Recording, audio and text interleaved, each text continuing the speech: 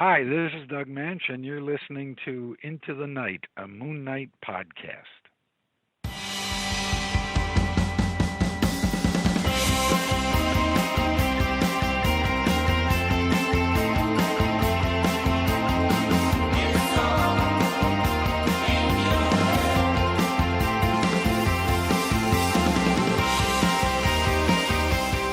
Hello, Loonies. You're listening to Into the Night, the Moon Knight podcast, the only one in the universe. This is episode number 142. As you can tell from my lack of Australian accent, I am not one of your regular hosts. This is Josh Geronimo Johnson here, and I'm filling in for our High Priest Ray, who has been struck down by KHONSHU with massive sickness because he has appeared on a recent Moon Knight copycat podcast. So I'm going to be filling in for tonight.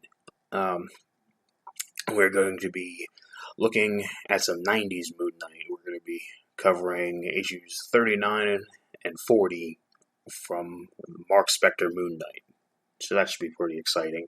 We're also going to be having the worldwide debut of part 10 of our ITK serial. So, sort of a big episode, a biggish episode to not have one of the main hosts on it. But I'm going to try my best to do some good reviewing for you guys. But first things first, I just want to plug the show's Patreon. You can go to Patreon, I assume, /ITK Moon Knight. Or Into the Night, I'm not quite sure. There'll be links in the description to help support the show. And the podcast is also brought to you by Hello Headphones. So there should be a link in the description for that also, so go check it out. So usually how we start the show, we do a little bit of idle chat. Since I'm by myself, there's not much to chat about, but I'll just go over just some recent stuff that I've been reading. I'm sure everyone has been reading a lot more than they're used to because of all this free time we've been having. So, a couple weeks ago when I was on an episode with Ray, I was talking about how I was reading through a whole bunch of 90s X-Men. Like, every couple months I always come up with a goal to read a big chunk of comics, like a certain era or a certain run of something. So, because I notoriously don't really care for the X-Men, I've been trying to get into it. I've tried with the 80s and stuff, but now I'm trying to get into the 90s, so I've been working my way up from the relaunch with the big X-Men number 1 from 1991, the one that everyone has 5 copies of and is completely worthless, and the concurrent run in Uncanny X-Men leading up through what I just read, the Executioner song, which is made up of all the X titles at the time, and it sucks. Did not really care for it, and so far in my experience of trying to like X-Men stuff, it has failed, and I still don't care for it at all. And I've even tried watching the X-Men 90s series, which everybody loves, because I'm just finishing up the Spider-Man series, which I really love, and I'm like, oh, well, let me try giving the X-Men, and 6 episodes in, and I'm like, it's still not for me, so I don't know. But I've also been reading just some other things too, various Captain America from the 80s and early 90s. Probably the biggest one I've read is part of the Captain America run by J.M. DeMatteis. Moon Knight Illuminati did the Scarlet Redemption, also in the Marc Spector run. His little arc leading up to number 300, which is the first death of the Red Skull. So that was pretty good, so you should check that out. And then right now I'm just reading just some, I guess it would be late 80s to early 90s Avengers, up with the Avengers 300 and a little after that, when the Avengers started going through some really weird lineup changes. But that's what I'm reading right now. And who knows, by the time this comes out, I might be onto something else, who knows. So yeah, I hope everyone else is reading through some stuff. Now's a really good time to, if you're like me and you have a bunch of old older stuff, or a lot of back issues, or if you're like me, where I've read 5 issues, I better go buy 20 more, and then barely touch them. Now's a good time to catch up on all the stuff that you haven't read yet that you have in your collection. Because that's what I'm trying to do now with all this free time, especially with no new comics coming out for a little while. So enough about me. So before we get into our main courses, we have a little bit of white noise, some news to go through. The biggest one, which just came out on Friday, San Diego Comic-Con has been canceled. And this pretty much comes as no surprise to anybody. I was actually surprised that they waited this long to kind of cancel it. I guess they were trying to wait and see how things were going, if this whole pandemic thing would die down. And I guess they realized, well, there's only about 3 months from now, who knows. And plus, I mean, because San Diego Comic-Con is more, so it's not even really much of a Comic-Con anymore, it's more of a media con. And with a lot of media being put on hold now, movies and TV shows and all that stuff, they probably wouldn't have as much to promote anyways. So I don't see it as that big of a loss. And plus, if they do want to come out with trailers, like I'm sure we would have been getting some Marvel stuff, like at that point, Black Widow should have come out already, but that's got pushed back. But we probably also would have seen some Eternal stuff, probably some Bucky Winter Soldier, and maybe WandaVision stuff, all that, like the Marvel Disney Plus stuff. So they can still release it, online and stuff. They can still. I'm sure some companies will still do that. Well, maybe they'll have like a Skype panel between all their like their stars and stuff, and releasing trailers, and maybe do not Q&As, but something like that to promote. Maybe they'll still do it, or maybe they won't. And maybe this will be like the biggest like New York Comic Con if things are still going, because that's in October. So maybe they'll just wait for that. I'm not quite sure, but yeah. I mean, if it was, that's something I would never go to. I think San Diego, it would just be way too crowded. And plus, I think even if this did die down, I still don't think it would get the turnout they were hoping for anyways. Because I think some people would still be paranoid, even once the whole thing is over. I'm sure people will still be paranoid, and I don't think people would still really, really want to go, unless they already paid for it, I guess. But knowing how crowded that can get, I don't know if people would necessarily want to go.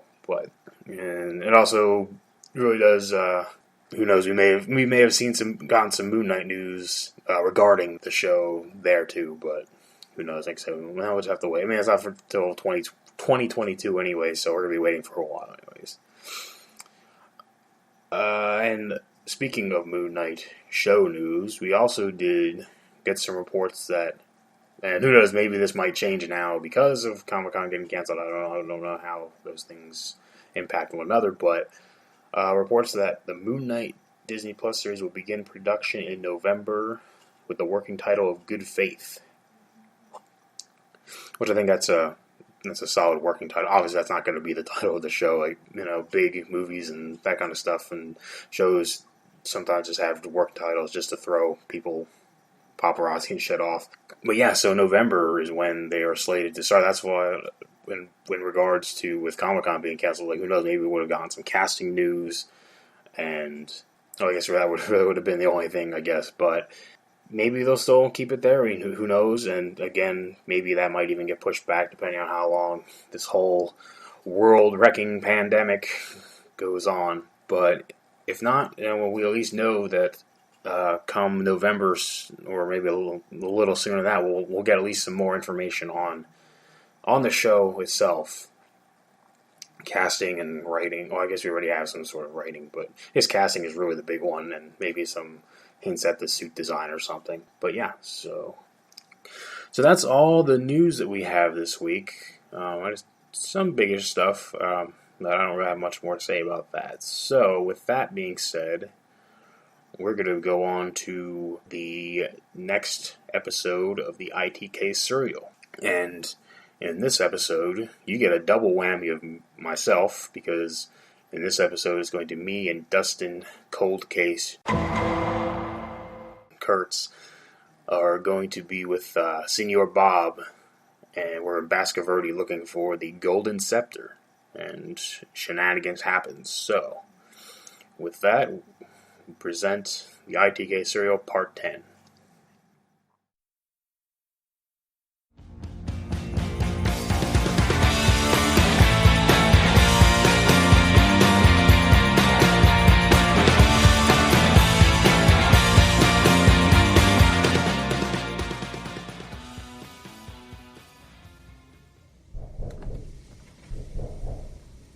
Geronimo, can you see outside from where you are? How many of them do you make? Hard to say. When they get to over 20 or so, it's hard to get a definitive count. Come on, we know you're in there. You thought you could get away from the Serpents of Chaos? But you're wrong. We've got eyes everywhere. One of our acolytes even saw you in your vehicle over an hour ago at the Cuarto del Diablo, the Devil's Quarter. Damn it, Geronimo! I knew we should have stopped for Pringles. Hey, I also had to pee. You know our safe houses don't have bathrooms.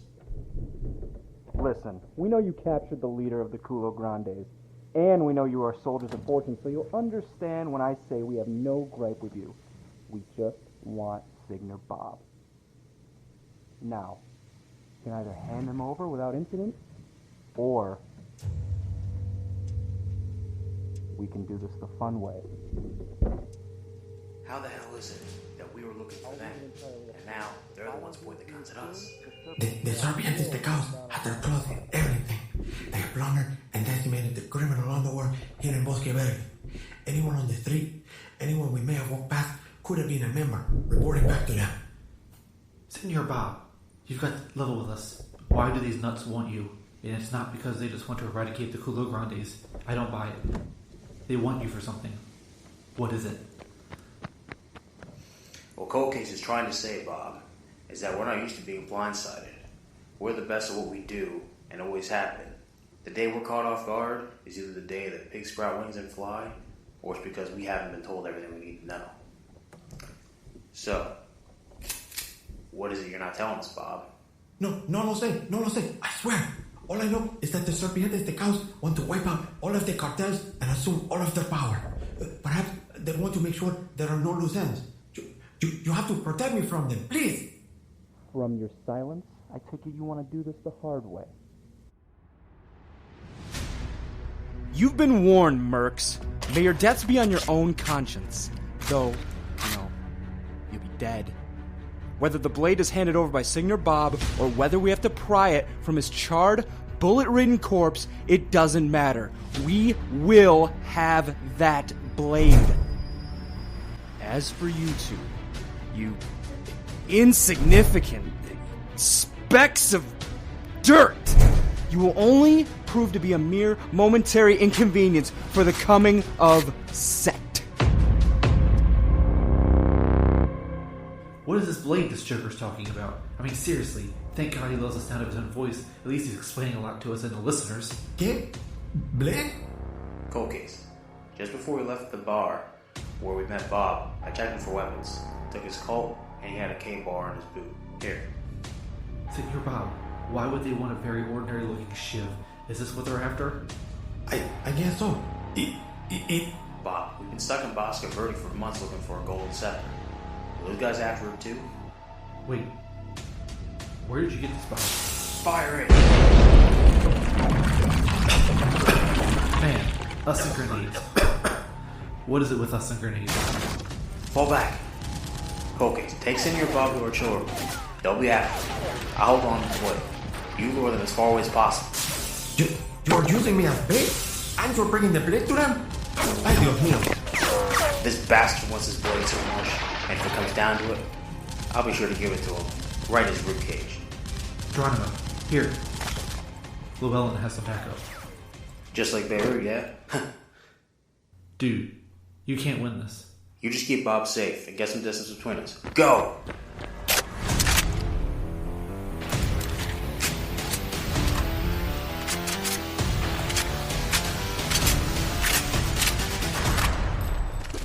Alright, you knob rots. Let's do this.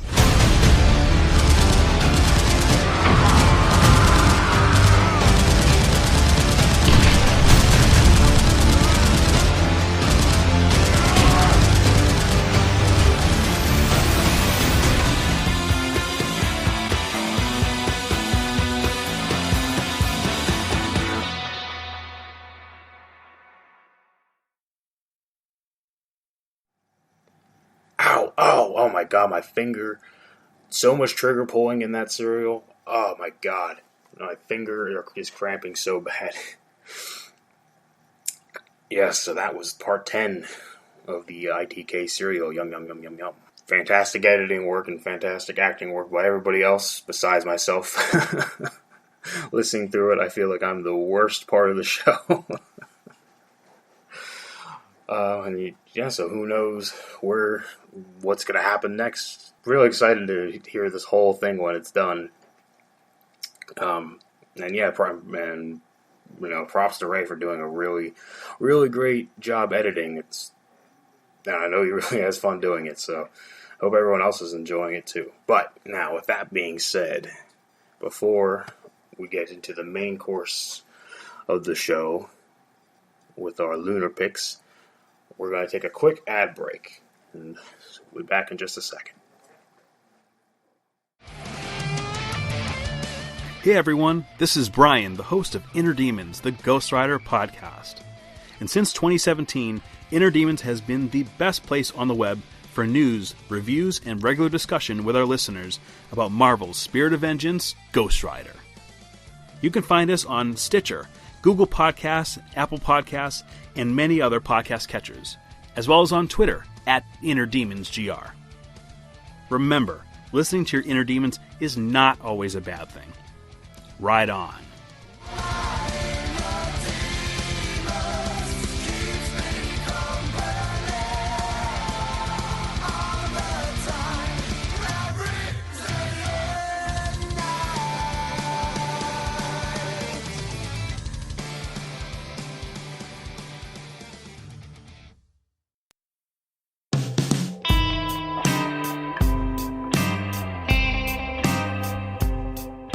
Yes, Loonies, welcome back to ITK, the one and only Moon Knight podcast.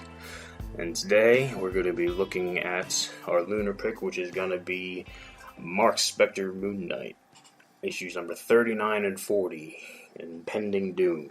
So really when I was asked if I wanted to host the show, I was just like, oh, you can pick whatever you want to do. And I was thinking to myself, what's something that won't be covered on the show for a long time that they can even just forget this episode exists? Because I'm a big fan of the Marc Spector Moon Knight run. And some of the stuff we've covered on the show has been covered. I've been including a couple of those episodes where we talked about issues 19 to 21, which is the round robin prelude. We talked about parts of like a dozen issues from the early stages of the run, when we're talking about Jeff Wild, Midnight. They'll also cover like Scarlet Redemption and the arc that precedes this one, the Blood Brothers. So a lot of it has been done this over the course of the show. So I wanted to do a smaller arc that hasn't been covered yet. So I chose 39 and 40, which is Impending Doom. So this, you can only really find it in single issues. Unfortunately, it's not released digitally, at least legally. Sorry for that big noise. My turtle just jumped into the water because she can't stand still. But yeah, so unfortunately, the only way you can read this is really through your single issues. But I'm sure you could probably find them at your dollar bins and at your comic shops or whatsoever. Alright, so credits for these two issues, which were released in June and July of 1993, written by Terry Kavanagh and plot assisted by Ron Garney. Penciler is Gary Kwapis, inker is Tom Palmer, colorist is Christy Scheel, letters Ken Lopez, editor Joey Calvaresi, and editor-in-chief Tom DeFalco. Alright, so what I'll do is I'll do a little summary of the issues, and then just talk about some shit that happens in it, and some other stuff. So, summary provided by Comic Vine and expanded upon a little bit by me goes like this. Dr. Doom is at Spectre Corps insisting that Marc Spector be at his function. Meanwhile, Mark and French are testing out Moon Knight's new armor in the Shadowkeep training room. When the simulation ends, they receive a message from Dr. Doom. Doom prepares his embassy, and his ambassador talks to a Latvian gang that calls themselves the Censor Squad. Marc looks over the blueprints of the embassy with his shadow cabinet in preparation for the following night. Marc arrives at the embassy with his date, Donna Kraft, and is greeted by Doom. Before long, the Censor Squad attack. Marc escapes and manages to get to his car and change into Moon Knight. Two of the squad follow him, while the others stay and fight Doom. Moon Knight manages to defeat his followers and returns as Marc Spector to Doom, who has also beaten his attackers. Doom explains that Marc purchased land near Latveria, in which he discovered various Latvian artifacts, and explains that it is most likely why he was attacked. Doom says that he can take them off his hands, but Marc declines and leaves. After he does, the ambassador enters with the Censor Squad in tow. Spectre Corps is being robbed by the Censor Squad, but Moon Knight appears and takes them out. Later, he is consulted by his shadow cabinet about the incident and about his next moves. Moon Knight then visits Reed Richards, convincing him to aid with some technology to enter the Latvian embassy. Marc has one of his counselors, a girl named Xena who must have a glass eye, pose as a courier to sync Reed's new technology with Doom systems. That night, Moon Knight enters the embassy using his tech, and despite still finding some safeguards, makes his way to Doom. He battles with Doom, fighting over a locket that belonged to Doom's mother. Doom halts his attack on Moon Knight when he notices that Marc has a physical condition that he could help him with in return for the locket. Marc ends up giving him the locket, but refuses his medical help. Back at home, he has second thoughts about his decision as he finds his flesh falling from his body.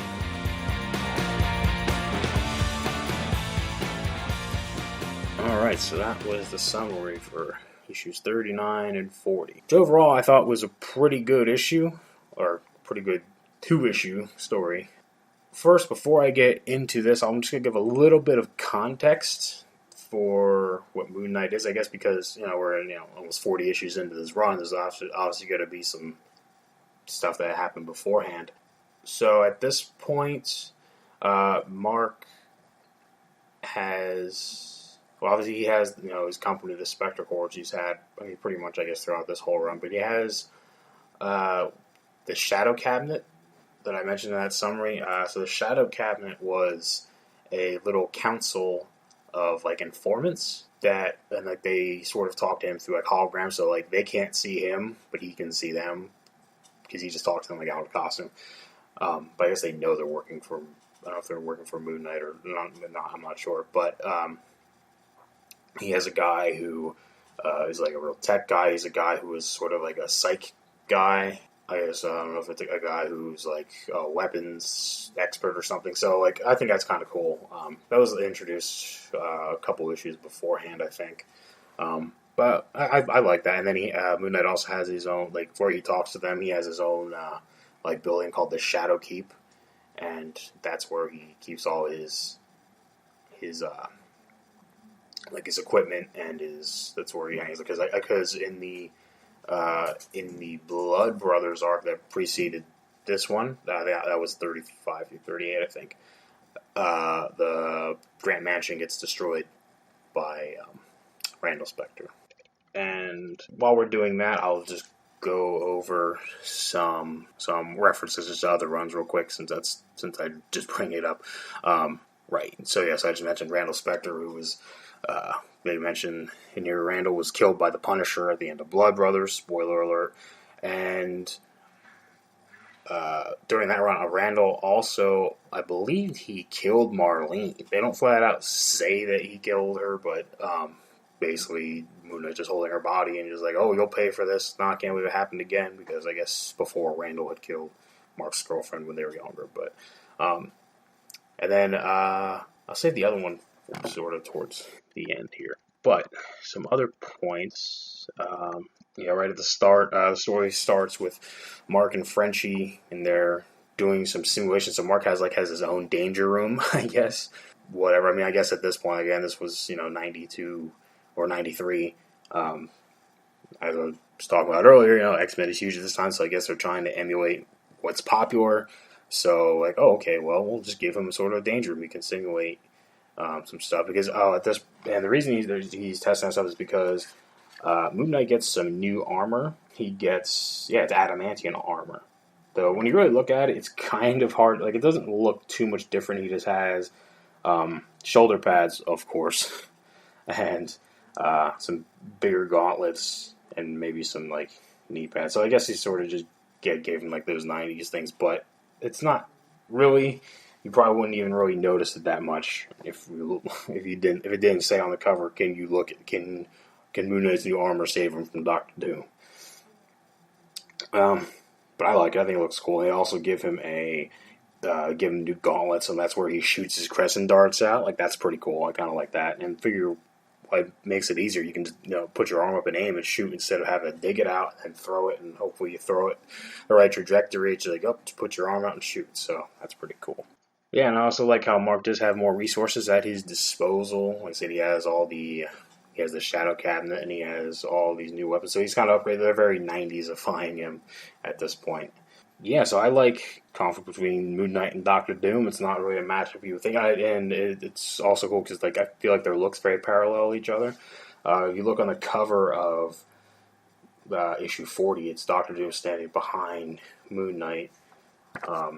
They look very similar. They both have, like, the hood and the cloak and sort of like the armor. Like, they kind of look just like an inverse of each other. One's white and one's green. Looks pretty cool. And of course, Doom is awesome. Everyone, I think, loves Doctor Doom. He's no doubt like the best villain in the Marvel Universe. One of the best known in comics. So of course he has to go up against everybody. So why not Moon Knight? As we get to some characterization stuff. Starting with Moon Knight. Moon Knight is much, he's more tactical and tech savvy, like I said, upgrading his armor.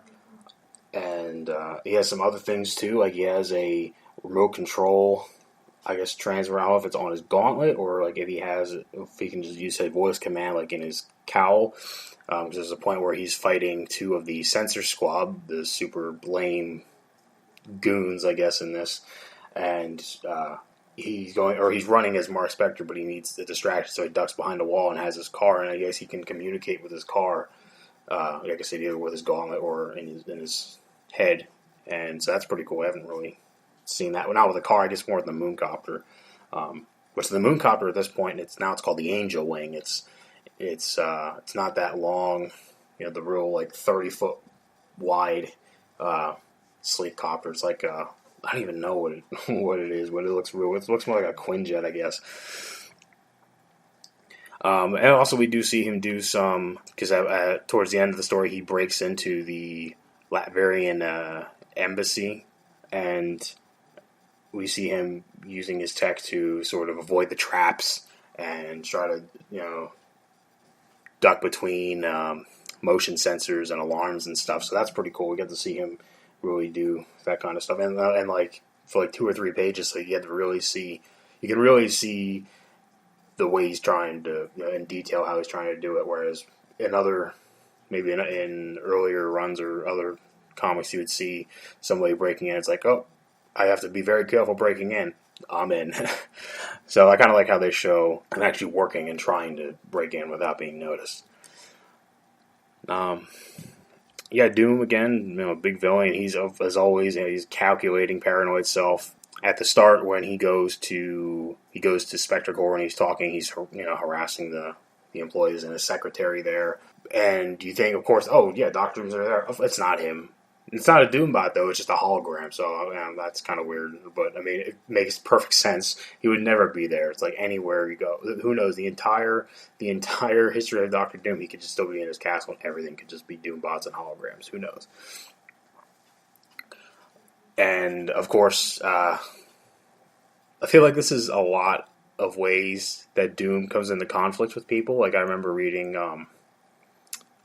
Amazing Spider-Man 349 and 350, and there's a similar plot where it's an artifact that has to do with his mom, and that's why he gets involved with Spider-Man. This is a similar thing where Mark and Spectre Corps, I guess, purchased land either near Latveria or, well, I guess it was like on the border of Latveria that I guess at one point had been under their control or something. And so they bought the land and dug up these artifacts.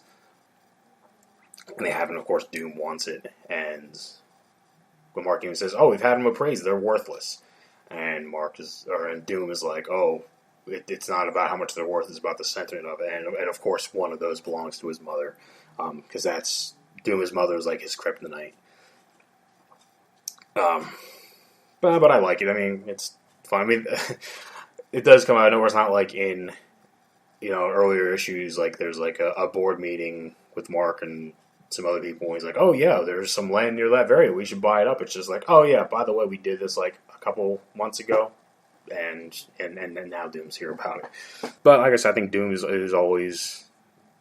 like how he always is, paranoid and always thinks that, he's great, but he also doesn't trust anybody. And speaking of Doom's kryptonite, Reed Richards makes an appearance in this. I mean, he's literally he's more like a cameo. He's in two panels, I think. Moon Knight goes to him because he wants to break into the embassy after, of course, like in the first issue, he was there because Doom invited him, I guess, to talk about getting these artifacts. Well, he has the censor squad come in and cause some ruckus, and I guess to make Mark think that he's being targeted by them because they have those artifacts. But it's like, come on, put two and two together. You got these Latveria artifacts. Those guys don't want you to have them. Meanwhile, me, the dictator of Latveria, I'm cool with you having them. It's like, come on, put it together. But then that's why Doom's like, oh well, they might come back after you. I can take them off your hands and protect him. It's like so many red flags are going off right now.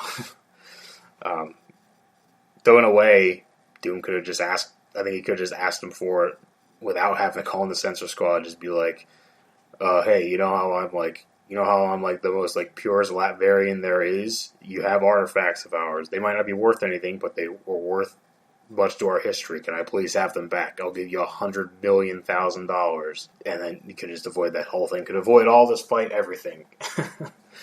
But anyway, so we're going to Reed Richards. So Moon Knight says he's going to break in to see what the fuck's going on with Doom and such.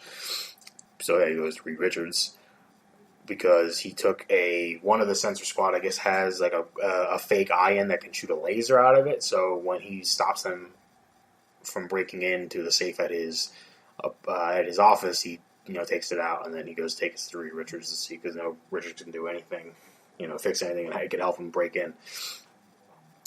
And I absolutely love it because it says you see Reed, he's working on a machine, and he basically is saying, or he's working on the thing that Moon Knight wants him to do, but he's saying like, oh yeah, I was in the midst of a very, very delicate experiment, very important. I have to have all my concentration on. I cannot be interrupted.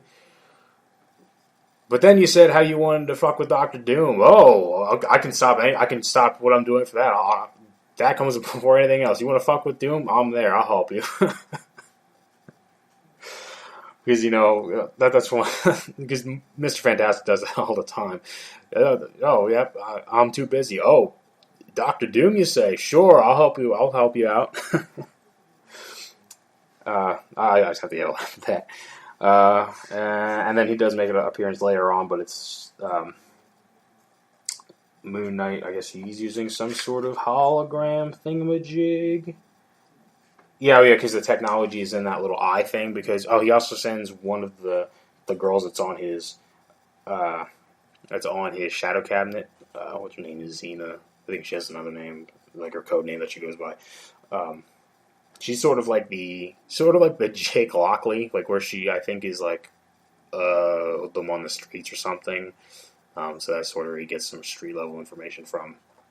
And she's missing an eye, so he gives her that eye that he had Richards do some techie shit with to get, I guess, like either put some disruptors in this defense security systems, or to find out the weakness in his security systems, like which way is the easiest way to get in. He even says that the easiest way is still completely life-threatening, and he almost gets killed from it. And then, at the end, when Mark goes in, he confronts Doom. Oh yeah, he does it. He uses the hologram, so he looks like Reed Richards because he knows that'll piss Doom off to know tomorrow. So Doom blasts him with a energy blast, whatever Doom can shoot out from his gauntlets. And of course, it's a hologram. And Moon Knight's like, "Oh, I knew." I knew you knew that was a hologram because you wouldn't risk frying because the hologram shows Mr. Fantastic holding that locket that Doom wants so bad, and then Moon's like, "Oh, I knew you wouldn't blast that because you wouldn't dare ruin the locket because it's precious to him too much." And then towards the end, then we actually have the Moon Knight Doom fight. They both get a couple shots in.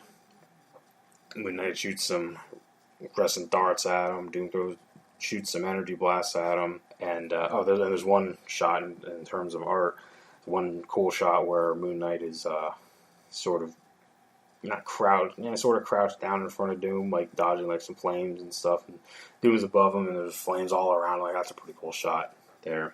Wish there'd be a little more detail in the face and stuff, but like Doom's face and stuff. But that's a pretty cool shot. And at the very end, it looks like Doom is just going to incinerate Moon Knight, and because he blasts some parts of the armor off of him, and he can see underneath. And we get a hint of this at the start of the story when Moon Knight is training with Frenchie. I think he gets hit or something. Oh no, he doesn't get hit, but I guess he's like sort of taking his stuff off, and you can see that the Moon Knight's hand is sort of all kind of goopy, like it looks like like his skin is like falling off or peeling away or something. And it looks kind of gross. And then here at the end of the story, as Doom is about to, basically shoot the killing blow, he stops because he can see, I guess, through parts of Moon Knight's costume, and he can see that, the flesh is falling off of him, and he has something wrong with him. So instead of, fighting and whatever, Doom's like, "Oh, how about this? How about you give me that and I'll help you?" Because I guess Doom's, he sees something similar with that because that's the whole thing with Doom. I'm sure everyone knows this, but Doom has the story with Doom is, why does he wear the armor? Is it because, or why does he wear the mask? Because is he heavily scarred? Is that he does it because to hide his shame? I think that was the original intent, and then later on it was, oh no, he originally put on the armor because he'd had one little scar on his face, and because he has such a huge ego, he didn't want to, like that tiny little, half-inch scar on his face felt like it made him ugly, so he went and put the armor on, put the mask on, but the mask, when he went to put it on, wasn't cold enough after he was done smelting it. And then when he put it on, that's what burned his face, and that's why he wears it all the time. So I guess Doom sort of sees something similar, but I guess he knows, like, oh, well, that can't be how he always is. But I mean, at that point, how would he know anyway? But he tries, so he tries to make a deal to get the locket and put them to help Moon Knight. And then Moon Knight's like, no, just take the locket. What's the locket then? The locket then is his mother's locket, but has a picture of his father in it. But I don't know if he has. Yeah, he doesn't have the same affinity with his dad as his mom. But I guess because it was hers, that's why he wants it. And then the Moon Knight gives it to him, but says, "No, I'm not going to let you help." And then, but it turns out he wishes he would have let him help, because at the very end, the last page of the story, he has all his armor off except for his boots and his little. You consider like the underwear part of the armor, I guess. And yeah, his skin is just gooping off. It looks real gross. That looks real gross. And also at the same time, his face, not because of it gooping up, but just the art of him, his face. That way, it looks awful. He sort of looks like Cleus Cassidy, Carnage, but even worse. But yeah, so Mark is he's dying. His body is sort of decaying. Now, the reason for this is because back in issues 32 and 33, he has a throwdown with the Hobgoblin. And the Hobgoblin at that point still had some, because you know how Jason Massendale had become possessed by one of the demons in the Inferno story, and while he was fighting them, I guess the Hobgoblin with the demonic form, he gave him some sort of disease, and that's what is making Moon Knight act like this, basically. And this is sort of where it starts, and then this is sort of a plot thread that runs up for a while, because then after this story, you have the Moon Knight issues tie into the Infinity War, and he's sort of dealing with that the entire way too. And then this is the start of like a Moon Knight Reed Richards sort of team up to try and solve this problem. And then they eventually do. I forget which issue. I don't know if it's like 45, 46. I don't remember. But this is sort of where it starts. So yeah, so that was a reference to other runs. At the start of the story, Mark shows up with instead of Marlene, like I said, because Marlene was quote unquote possibly killed or whatever at that point. Mark is with one of his employees, Donna Kraft. They don't nothing much really happens with them. He shows up with her, and then shit happens, and then she's not seen for the rest of the story. So I don't know if anything goes on between the two of them afterwards. I don't remember. It's been a long time since I've read these. Yeah, let's talk about the art. Like I said, we already talked about the new armor. Aside, I do think it looks pretty cool. And again, it's very of the time, and a lot of the art in these issues is very of the time. Just the way how it's just very, very heavy on like the shadows and like heavy inking, I guess. Even with like the layout of the pages, because at this point they sort of cut out they stopped doing the pages. The pages were white, and then you get panels, and then in between it was white. Now they do it where either it's black between them, or the panels themselves, like the whole page just panels, but there's no like borders in between them. So as you can tell, we're getting into that 90s aesthetic that comics are known for. Well, I mean, I still think it's decent, and this is I don't know if this is what the penciler's name is, Greg Quapis. I've never heard of him before this, and I don't know if he's done anything else. So this might maybe his first like big gig. I don't know. Like I said, I think it's decent. I don't think it's great. Covers are great though. I'll tell you. I think. Yeah, that he did the covers, and both those covers were really good. I could see either one of them being the cover when they eventually, they better get around to collecting this volume in Epic Collections. I could see either of these covers being the cover for Epic Collection. Like, they're both really cool. Like the 39 is the sort of like the debut of that adamantium armor, and Moon Knight's sitting there with his fists up in the caves, huge and billowing, and then behind it just a wall of Doctor Doom faces. That's pretty cool. And then the 41 I already mentioned with the Moon Knight and standing in front of Doctor Doom. So really cool covers, but yeah, interior art, yeah, it's always a little bit to be desired. And that could be just part of the aesthetic of the time. What else? I mentioned the cool shot of Doom. Yeah, and like Stephen, like the design of like the Censor Squad. Again, it's very 90s. They all have like those weird, there's sort of like those weird headband things that everyone or like headgear things that everyone wore. Massive shoulder pads, pouches out the ass. Yeah. Oh, there is one cool moment here as I'm paging through it where when the Censor Squad is first attacking the consulate, one of them throws a grenade, and Doom goes and picks it up and sort of holds it against his chest with his hands, and it just blows up, and it just does nothing to him. Like, that's pretty cool. I remember seeing that. I remember seeing Superman do something like that in one of the animated movies. I don't know if it was Flashpoint. I don't remember, but he picks up like not a nuclear bomb, but a pretty big one, where he picks it up and flies into space and just holds it in his hands and just. So that's pretty cool seeing Doom do something like that. Even though it's sort of all just a ploy, I guess, just to sell it that, they're going after you, Spectre. But I think that's pretty much all I really have. Overall, like I said, a good small 2-part story. And it has Doom in it, of course, so anything with Doom is pretty cool. I'm just going to go over my notes, show notes, make sure I didn't see anything. Oh, there's one other cool moment that I like.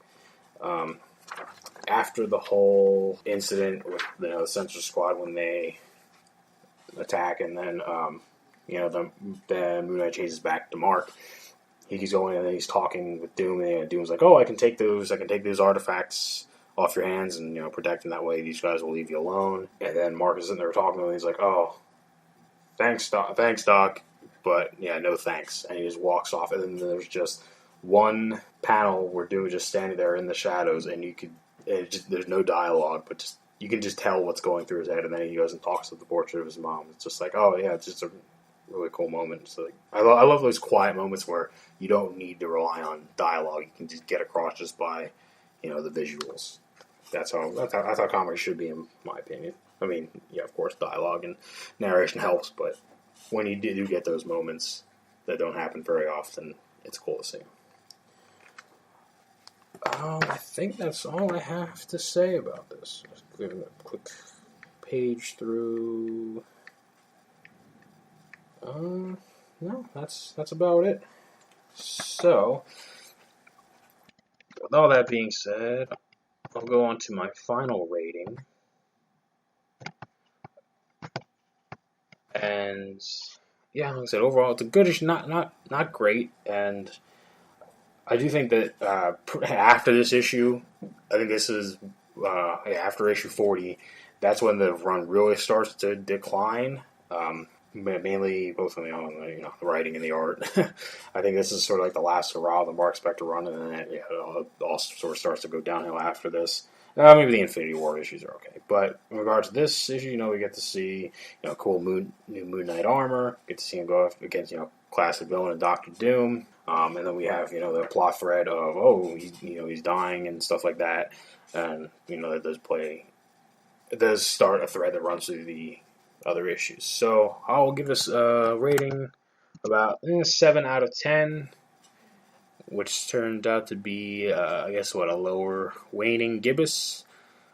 Yeah, I use the regular rating system. I don't use KHONSHU'S other rating. I don't even know what to call it. the solid round boy, swole, the big yellow man, whatever those ratings are. I was going to go with a 7 out of 10, a waning gibbous. So that's my review of that. We do have some feedback. I posted in an unofficial discussion post on there and got on the End of the Night Facebook group. So I'll just go through some of these here. Alright, so our first one here from Tristan Remchuk. He says, I think they're solid issues, short, sweet, to the point. And yeah, correct. Yeah, they're 2 solid issues. Next we have Terrence Robinson, who says, I've got both issues, but I've never touched them. I might try and find them digitally.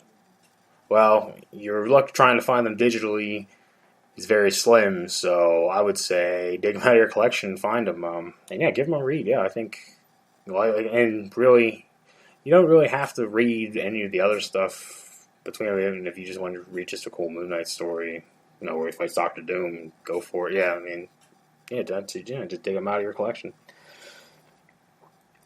All right, next we have our good friend Phil Parrish, who's guests on here multiple times and has plenty of his own podcasts. He says, I enjoyed Moon Knight trying to up his arsenal, and Doom's always a good time. Yeah, like I said, yeah, I like how Moon Knight sort of upgrades and stuff, and yeah, gets the armor, has some new tech. So yeah, I mean, it's the 90s. You gotta change the decade. You can't. It's not the 80s anymore. And yeah, of course, Doom. Who doesn't love Doom? Everyone loves Doom. I love Doom. Next, we have Ethan Summerson, who says, anytime anyone fights Doom, it's a solid story. And, yep, much like the others, oh, yeah. Doom is great. Yeah, Doom has fought everybody. Like, I'm trying to think who hasn't fought Doom at this point. I think everybody has, obviously Fantastic Four. I'm sure the Avengers have, but I'm sure the X-Men have. Iron Man went back in time with him to the time of King Arthur. I'm sure Daredevil. I mean, I go and say everyone must have. Then I'm thinking, I'm sure they have. But yeah, Spider-Man has fought Doom multiple times. I wonder what matchup hasn't been done yet with Doom. I mean, of like A+, like heroes, not like, oh well, Darkhawk hasn't fought Doom. Of course, Darkhawk hasn't fought Doom. Even Punisher has sort of fought him / had a sleepover at Doom's place in the Acts of Vengeance in that horrible story. But yeah, so yeah, anytime Doom fights anyone, solid. Yeah, definitely. Next we have Sean Mazer, who says Marvel Unlimited does not have these issues. Sad face. Yeah, unfortunately, yeah, it's the only issues of Marc Spector that are on like Marvel Unlimited Comicsology is the Acts of Vengeance one, because they're in the Acts of Vengeance, I guess, omnibus. I guess they're just waiting for eventually when it comes out Epic Collections. I guess that's really the only time they put out on newer old issues, is when they release like the Epic Collections and stuff, which sucks. Yeah, they need to start doing some of this modern stuff. Like, I know they finished up the original run, but they should start doing this one. I mean, I don't know why it's taken so long, because it would only take like 3 or 4 volumes to knock out the entire run, because it's 60 issues. But I'm sure in the future we'll get it. Up next, we have a little comment from the regular showrunner himself, Ray. He says, huge thanks to Josh for stepping in to host the show. You're very welcome.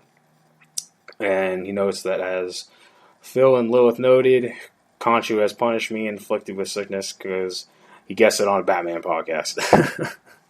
So he's saying that Khonshu has punished him for talking about.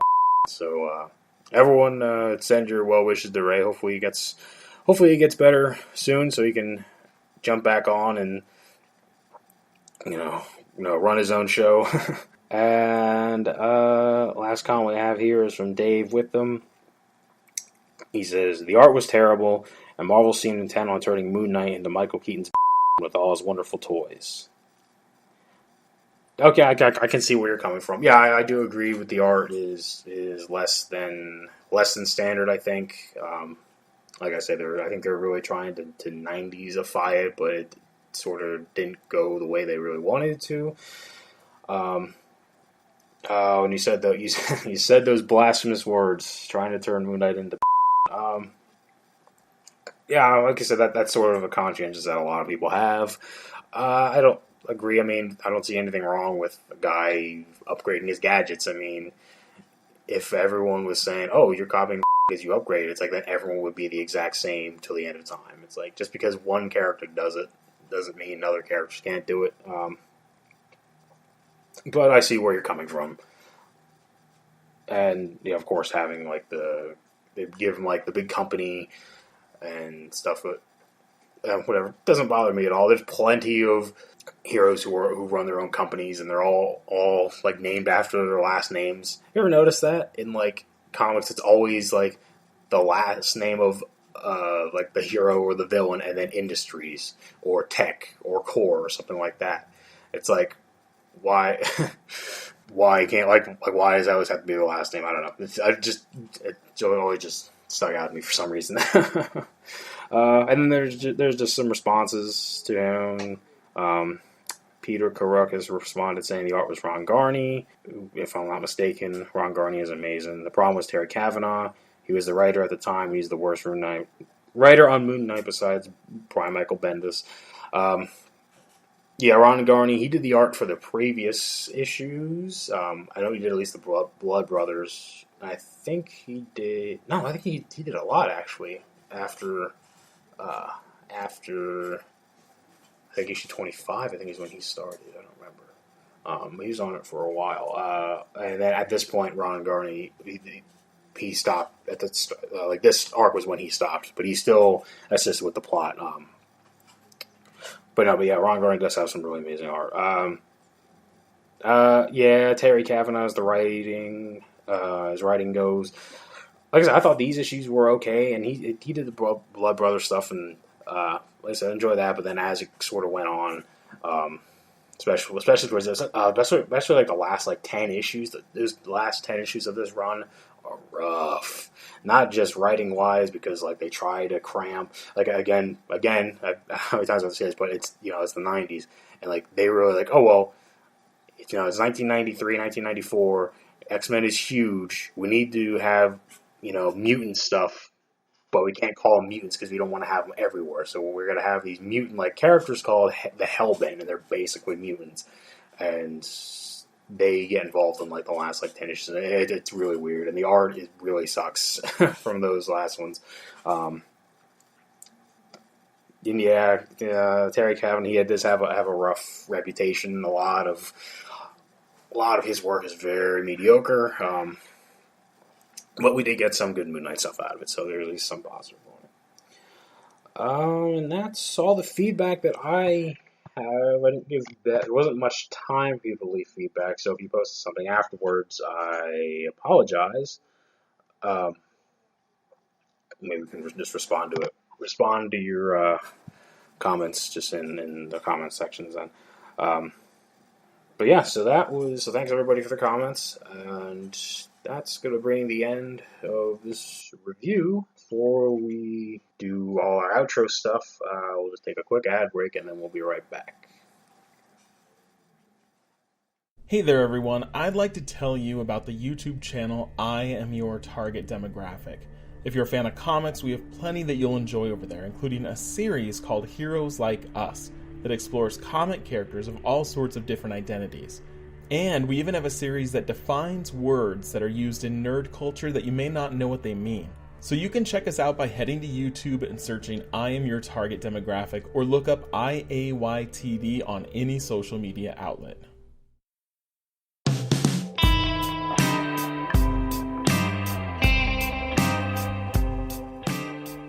Alright, Loonies. This is going to be... We're going to start winding down the show here.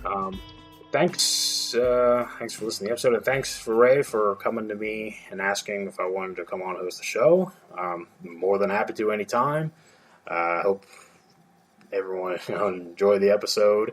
I hope you didn't turn off right away when you heard that it wasn't one of your normal hosts.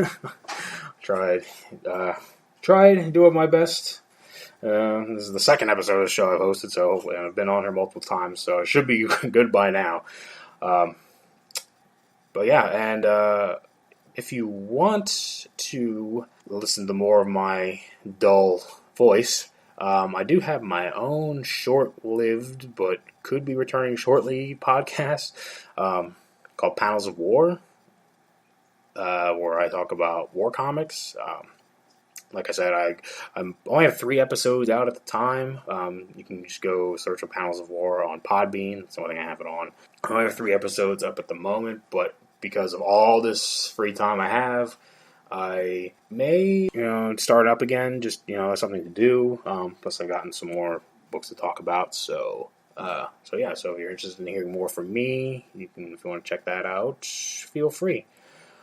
Next phase of the moon is a new moon, so that's a spotlight episode. So that's sort of where we just pick one sort of Moon Knight topic, not necessarily an issue, but we shine a spotlight on it. And this upcoming episode is going to be on the top 5 Moon Knight artists, and it's going to be with guest host Phil Parrish, Anthony Sticko, and the power of Chad Jernigan. So, all previous, ITK guests, they're talking about their top 5 Moon Knight artists, so that'll be pretty fun. Got a lot of decent ones to pick from. I don't know if Greg Quapis will make anybody's top 5, but there's some great ones. That should be a pretty good episode. Alright, so just some formalities here to end the show. Consider, supporting the show on Patreon, go to patreon.com /ITK Moon Knight. Just jump on, and this is the only Moon Knight podcast in the universe. So if you really like Moon Knight, show some support. It starts as low as $1 a month. Now I know Ray has mentioned that he has sort of suspended payments because the ongoing hard times at the moment. But even I don't know if you can sign up now and then you still get some of the benefits, and then once it starts up, then you can start paying. But even when it ends, sign up. Yeah, I mean, it still starts as low as $1. You get access to stuff early. You can watch it as it records, or you can get the access to the unfiltered version with all the bad words in it and all the topless video. You can get access to all that. But yeah, so check out a few shekels if you can to help out the page. The podcast is also sponsored by Hello Headphones. You can use the code ITK Moon Knight to get 10% off any purchase from their online store. So if you want a new set of headphones, I should look into it because I go through headphones like crazy. I go through at least like one pair every month or so. so check out some Hello Headphones. You can also an affiliate member of Amazon and Entertainment Earth, so there's links in the description you can use. So when you purchase something through there, a little bit of it somehow goes into the ITK pocket. So if you're still buying stuff, so even though the Patreon funds have been suspended for right now, if you're still buying something on Amazon, if they're still shipping stuff out, use that link, and that'll help a little bit. As always, the ITK is part of the Collective, which is a network of similar podcasts, very Marvel-centric. Some shows like Sons of the Dragon for Iron Fist, Inner Demons, which is the Ghost Rider show, the Capes and Lunatics and their 15 spin-off shows, all that stuff there. So you can find very like-minded podcasts if you want more of that. To get in contact with, I don't want to say us, but I'll just say us just for context. You can email at itkmoonnight@gmail.com, go on the Facebook page or join the Facebook group, of course on Twitter, Instagram, YouTube, all that good stuff. You can find the show on all sorts of podcast caches, so whatever one you're listening to, just keep on that one, I guess. And, also, go on to iTunes and leave a 5-star review. Not based on this episode. Don't reference this episode in your review. This one doesn't count. This one has an asterisk next to it. But leave a 5-star review. It helps, and it helps the show get recognized by more people. So that'll really help. And with that, we're going to close out this episode. Thanks again for listening, and thanks again, Ray, for letting me come on here and host. And with that said, may Khonshu watch over the denizens of the night. See you later.